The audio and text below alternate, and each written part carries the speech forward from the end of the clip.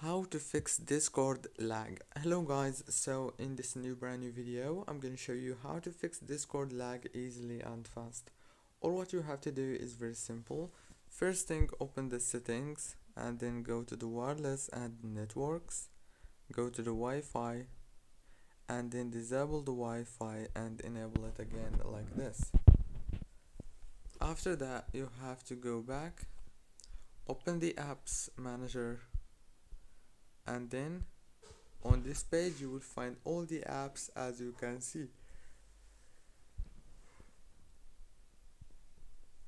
Let's wait, scroll, click on the Discord.